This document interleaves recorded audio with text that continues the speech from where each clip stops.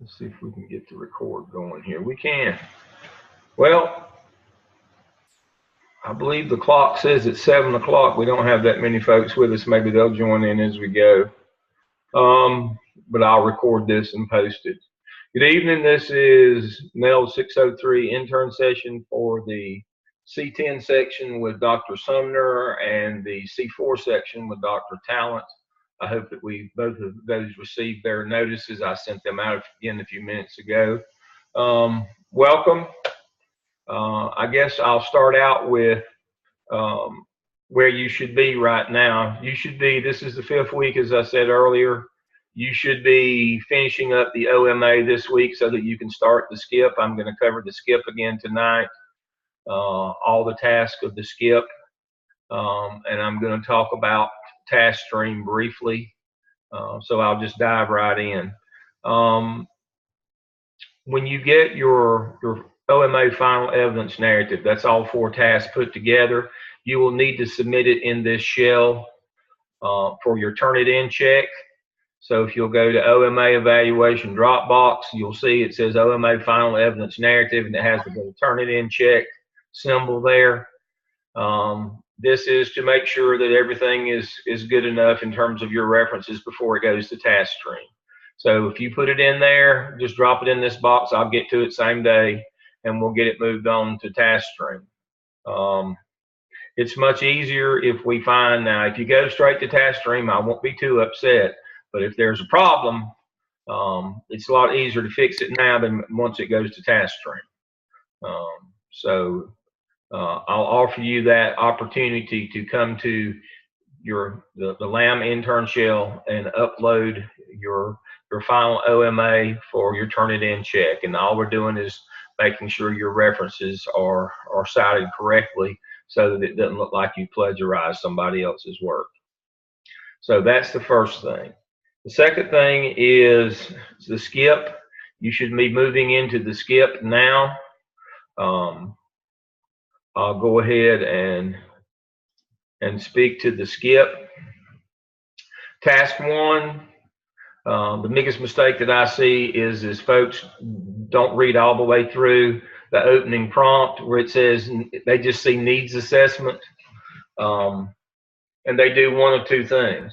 They either use a needs assessment that they used in the AppSell or the AppTel that's hooked to either staff development or instructional or academic achievement or instructional present or delivery. Read past where it says needs assessment and it says to determine gaps in communication. Now, the second mistake that I see quite commonly in the skip is folks look for gaps in parent participation, parent involvement. That's the big one, parent involvement. That's down the road. We're going to get to parent involvement in our long-term goals, but in the short term, we want to look at communication. We can't get parents involved until we're sure that we're communicating properly with them. So make sure you understand that your needs assessment in task 1, prompt 1 is only for gaps in communication, not parent involvement. That's skipping a big step. I hear schools and school leaders complaining about the lack of parent involvement, and I have to ask, well, what did you do to communicate with them? And they're like, huh? What do you mean? Well, until you're sure that you're using modern methodology to communicate with parents, you can't complain that they aren't involved. You haven't communicated, they don't know what's going on. So to that end, you will establish a set of recommendations for both short and long-term objectives to establish the skip. You should have a section with all these headings that are bulleted here that you see on the screen: a background, clear description of the setting, a statement of the purpose of needs assessment. The purpose is to determine gaps in communication, and we're going to try to use social media and more modern methods of communication. Those are going to be our short-term goals. Start a Facebook page, use Twitter, use Instagram, use WhatsApp, things of that nature. That's what we're looking for, is more modern, digital type communications to communicate with parents. Now, that's your short-term goals. Your long-term goals is about parent involvement. Long-term goals are activities that you want parents to come to your school for. Let me help you help your child. Family math night, family reading night, family EOG, family EOC night. Things where you get parents to come to school. But if you haven't communicated adequately with parents, you'll be sitting there by yourself, and all the staff will just be sitting there looking at one another instead of working with parents. Let me go turn that off right quick.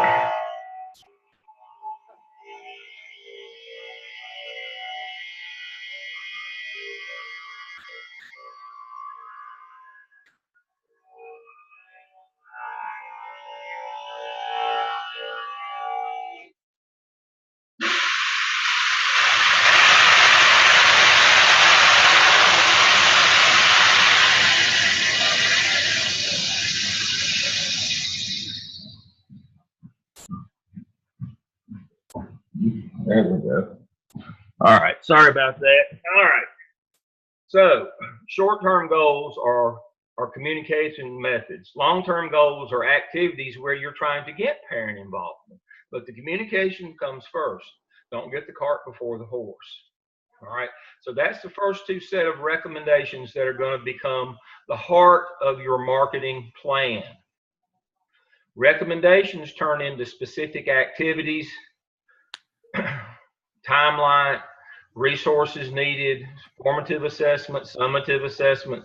Your marketing plan is going to look suspiciously like your action plan in the app cell and the growth plan in the app cell. It should be a graphic organizer. We'll get to that one in just a minute in task 3. But there's 3 sets of recommendations that are going to be the heart of that marketing plan. The first is your short-term goals, modern communication. The second is activities that you're going to have at your school to try to get parents to participate where you help them help their child. So that's the first 2 set of recommendations that are going to be the heart of the marketing plan. The third recommendation comes from prompt 2, where you do an analysis of the North Carolina Teacher Working Conditions Survey. If you're in North Carolina, you do an analysis of your advanced ed survey if you're in South Carolina, and you're looking specifically and only at school leadership, not teacher leadership. That's empowerment. School leadership only. We're looking at things, how well, what the perception, both faculty and outside of the faculty, internal and external, what is the perception of school leadership? And you're going to come up with a set of recommendations that should be addressed in your marketing plan. That is the third and final set of recommendations for your marketing plan in task 3. So prompt 1 has your first 2 set of recommendations, short-term communication, long-term parent activities. Prompt 2 has the third and final of your recommendations, which are to improve your school leadership. So that's what you do in task 1. In task 2, it's real simple. You figure out what it's going to take to do those recommendations in terms of people and money. When it says fiscal, I expect to see dollars. How many people and what people? What persons? Remember, in that graphic organizer, it has a column for persons responsible. It also has a column for resources, both people and money. We're going to determine what those are. What's it going to take to pull off these recommendations? What's it going to take to start a Facebook account? What's it going to take to launch a school website? What's it going to take to buy the software to generate different kind of social media accounts and a social media presence? What's it going to take? What people is it going to take to do that? Do we have somebody on staff who can do that? Are we going to have to hire somebody to do that? That's what we're looking for, is the resources it's going to take. And then when you have those, you'll put together your marketing plan. And it will have each of these bullets. It'll have a statement of the purpose of the plan, the strengths of the current school program, opportunities for input for the community, opportunities for involvement, a timeline for implementation, a feedback component for evaluation and reflection. You write those, and then You summarize that in that graphic organizer, the same one you used in the app cell and the app cell. Again, specific activity, persons responsible, resources needed, formative assessment. That's of the adults. Are they doing what they said they're going to do? Summative assessment. Did we actually get that website started? Did we get a Facebook page created? That's your summative assessment. Our goal, and then our indicator of success. Our goal was to have 100% parent participation, but an indicator of success for this year might be from moving from 45 to 50% participation. One of the things that we have to be careful of in the school business is, oh, we want to be over there, but we don't understand it takes small steps to get there. So goal is where you want to be eventually, which is 100% parent participation. That's your goal. But what would be a reasonable gain for 1 year for doing these things? That's your indicator of success. And then in task 4, as always, you write your competencies. That's the narrative where you write what you did to achieve the competencies. Now, the competencies that you will do are the 9 that you didn't do for the OMA. For the OMA, you did 12 competencies in task 4. You will do the other 9 of the 21 in the skip, for a total of 21 this semester of written competencies. Now, when you write them and put them in task 4, you are done with them this semester. I'm going to go to task stream now and show you that you do not have to copy and paste those 21 competencies into a competency analysis in 603. We're not doing that this summer. You'll do it again next semester, but you don't have to do it in the short session. That just saves you one extra step. I'm trying to make it, we have to cut something out. You have written them one time. You've written all 21. I'm just saving you the step of having to go and then drop them into task stream and submit that for evaluation. So there is no competency analysis this summer. We'll pick back up with that in 605 this fall. You'll do that, where you write all 21 this fall again, but then you have to copy and paste them into competency analysis. But we have 7 more weeks this fall, so that's more reasonable. It's not like you're not having to write them. You're just not having to do that extra step, take that extra 2 or 3 hours to drop them into task stream. All right, I'm going to pause and catch my breath before I go to task stream. Does anybody have any questions on any of the first 4 tasks of the skip? And yes, it is as simple as I've made it sound tonight, and it is that quick. This is the shortest and easiest one. This is the shortest and easiest one. It's intended to be that way to be coupled with the OMA in the short session. It's intended to be the shortest one. Don't overthink it. It's as easy as it seems. All right.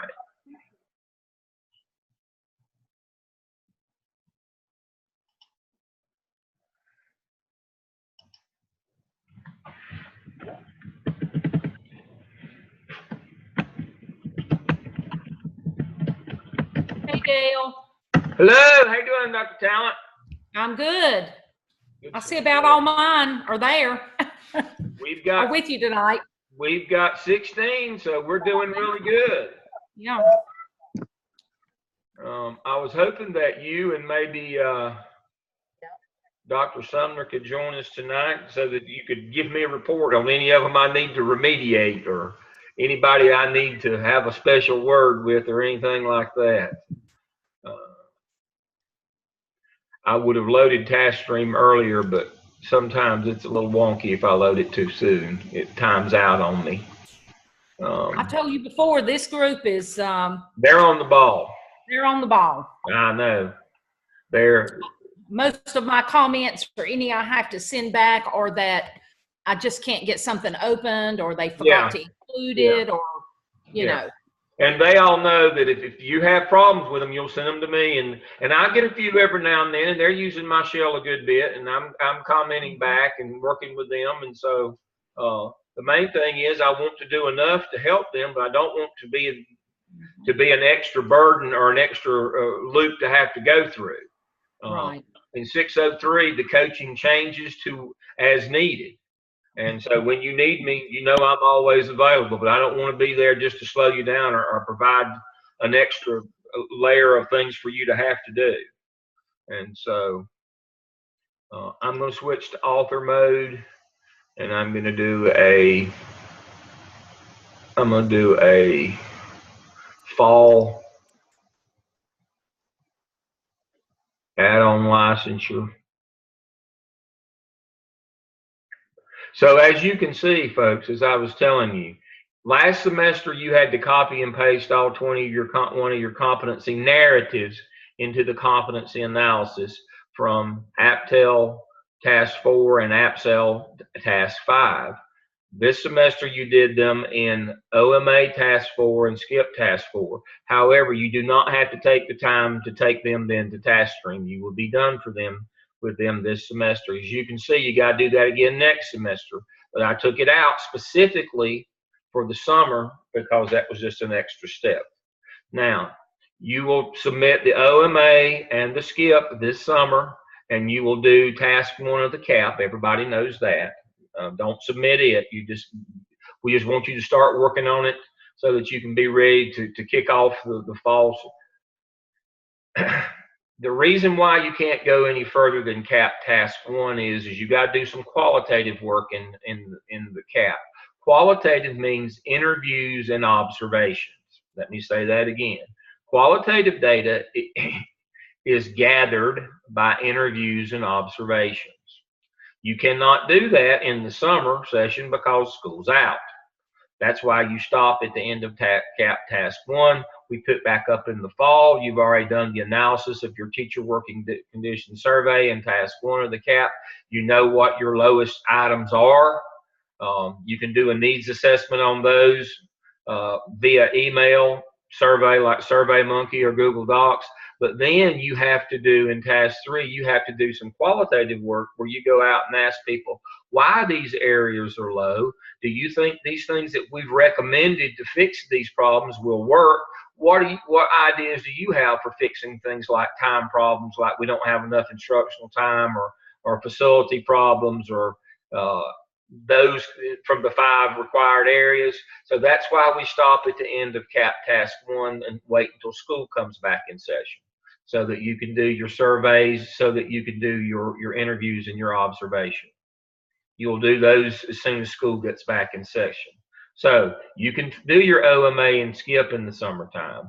You can't go, your CAP school has to be in session. So that's why we stop at CAP Task 1. You'll pick back up with Task 2 as soon as the fall starts, and you'll breeze on through the rest of it fairly quickly and then get your SIOP and be done. Please remember, you do need to do your School of Ed dispositions. That takes 30 seconds. You click Exceed Expectations 6 times and submit it, and you're done. So that's really quick and easy. So OMA, SCIP, School of Ed dispositions, that's what you have to do in your DRF portfolio this summer. Again, do not have to copy and paste your competencies from OMA Task 4 and SCIP Task 4 into a competency analysis. I've taken that out for the summer. Now, what you do need to do in Task Stream for competencies, as you know, is do a whole round in your competency folio. Let's go to the folio now.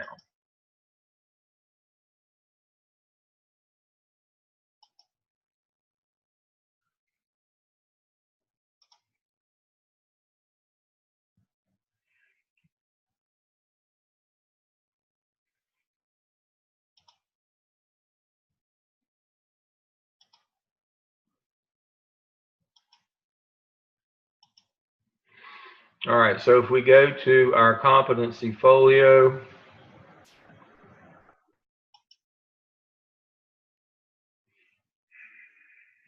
you are to put one artifact or proof in this summer for each of the 21 competencies from communication down through visionary.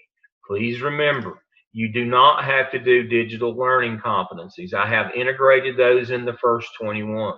For example, when you go to communication to put your communication competency in, it will remind you where your communication competency has to come from. It has to come from either the APSEL, the SIOP, or open-ended. Usually it's open-ended this semester. Must satisfy the following digital learning competency. And that is promote and model positive digital citizenship as well as state to ensure responsible and learning throughout the school process. Effectively listens to other clearly writing, inquires, interprets, and maintains the achieve school 21st century objectives. All right. So make sure that one of your 3 artifacts during the 3 semesters, it doesn't have to be the summer, matches this digital learning competency. But you got to have one artifact proof. Now, I was on the phone last night with one of my 603 students, and she said, "You mean we don't have to write a narrative?" No, I don't want narratives here. I want things here. Artifacts are things that are generated as a result of you having done work. Now, you can put something in from one of your evidence artifacts. You certainly can do that, but don't write me a narrative telling me how you're competent. You've already done that in your competencies in SCIP Task 4 and OMA Task 4. Here I'm looking for pictures, screenshots, pamphlets for parent night, announcements, emails, those kinds of things that say, yeah, you actually did the work. It has to be, we call those artifacts that are proof of the work that you did. And evidence is a written narrative of the work that you did that explains it. The artifact is the byproduct of the work that you did, something that you produced. So that's what we're looking. They're quick and easy. You know that you have 2 documents that I've previously given you. They're also in our shell where you can find competencies from your evidence artifacts as well as from your open-ended clinical activities when you're getting your 80 hours every semester. Where you can find artifacts that and I've got them categorized of what they'll fit. So please remember, you do have to do your competency folio this summer. That's another reason why I said no competency analysis. It's going to be a time crunch getting both the OMA, the SCIP, and kicking off the CAP and doing your competency folio. But please remember, your competency folio shouldn't take that much time if you understand that you don't have to sit and write and tell us what you did. Just show us through pictures, screenshots, documents. Show us the things that you produced from doing the work that you did. And if you get that done, I believe you'll be good. So that's task screen for the summer. That's, you're finishing up the OMA. That's what you need to do for the SCIP. Again, I have highlighted. I want to go back to the last thing, and this will conclude us tonight, and that's CAP Task 1. I can't tell you enough times. You need to make sure that you read this carefully. It says these 5 areas. You can add some to those, but you can't not do these 5. You've got to do these 5 areas. You'll do an analysis. Now, what that means is you find the lowest item for each of those areas, and that's what you're going to work off of. Your needs assessment is basically you're emailing those 5 items out. The advanced ed and the teacher working condition survey has more than 100 items on there in 12 sections. You're pulling from those 5 sections only. You're pulling 1 low item, maybe 2, and you're emailing them back out to faculty and saying, is it really this low? Or these things, is this really a problem in our school? And so then you'll come up with a set of recommendations to try to address those. And then when we stop, so then you'll pick back up with those, and you will go out and do some qualitative work. You'll ask people, and you'll collect some information for them. But one of the things that I see that really aggravates me is everybody just wants to do managing student conduct or PBIS. That's fine. You can add that, but you can't make it in place of one of these. And when you do your set of recommendations, I better see 1 recommendation for each of those 5 areas. I'll see an analysis of those 5 areas in prompt 1, and in prompt 2, I'll see PBIS and managing student conduct set of recommendations. No, I need to see at least one recommendation for each of those 5 areas.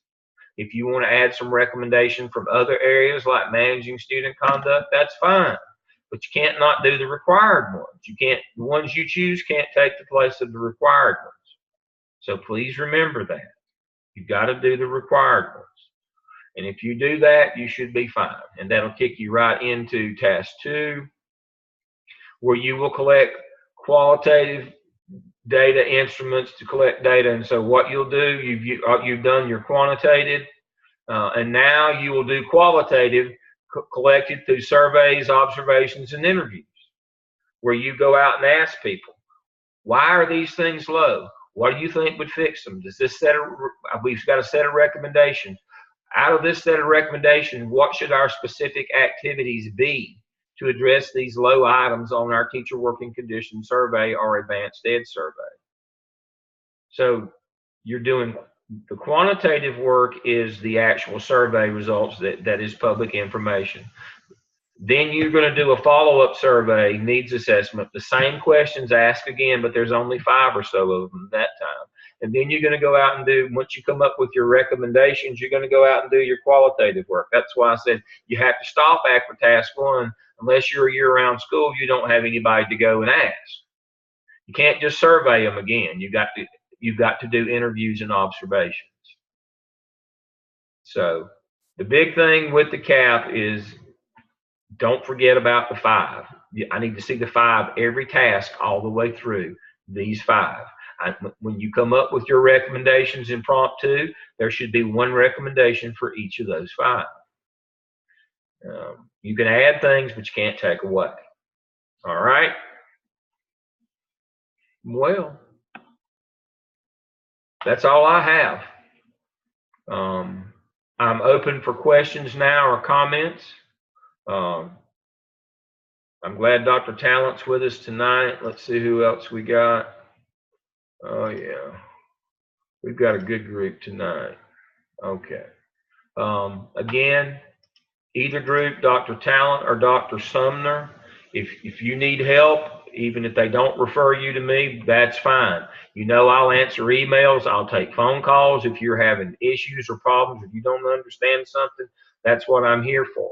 I don't want to add an extra loop or an extra layer of things for you to have to do for me this summer. My job is just to get you through and not to add more work for you to do that's unnecessary. So if you say, well, you know, my work's fine and I'm doing fine in my class shell and I'm getting good comments and from my instructor, from Dr. Talent and from Dr. Sumner, well, then it doesn't hurt my feelings. You just keep right on going. That you don't need me does not hurt my feelings. If you need me, you know I'll be here. But don't add me into the loop just because you think you need to. So what I will do, we're closing up. We're coming to the benediction here of the evening. I see I've got 1 more minute left. What I will do is again, if you need me, holler, email, call. When we get a little further on, after a couple more weeks, I'll have another meeting again to see how you're doing and to follow up with you. Let me answer a couple questions. Yeah, we've got some folks here from Dr. Sumner's class. Good. I mean, Dr. Talent's represented. So again, I checked with Dr. Sumner and Dr. Talent. I'd kind of planned to meet last week, and they said, nope, don't need to. Wait another week. They're doing fine. Don't slow them down. Wait till they're kind of finishing up the OMA, and then cover the skip with them next week. And so that's what I'm doing. I'll check with them again in another 2 weeks and see when they want me to come back on, and I'll come back on again. It'll be on a Thursday night, and again it'll be 30 minutes or less as it was tonight. All right, Dr. Talent, do you have anything that you need to share with your group before we go? No, I think I'm good. All right, I think I'm good. I appreciate everybody coming out with me tonight. We ended up with 16, and that's very good. And so I'll upload this recording and send it out to everybody, and I hope everybody's doing well, and I hope I don't see you again before the 4th. Hope everybody has a good holiday. Enjoyed being with you tonight. Thank you. Thank you.